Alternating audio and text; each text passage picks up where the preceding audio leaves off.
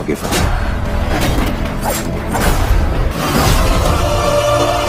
एक हीरो।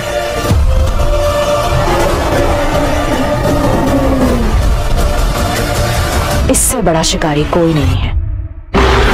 सब लोग जल्दी स्टेशन में पहुंचो। तुम ये कर सकते हो, आगे बढ़ते जाओ।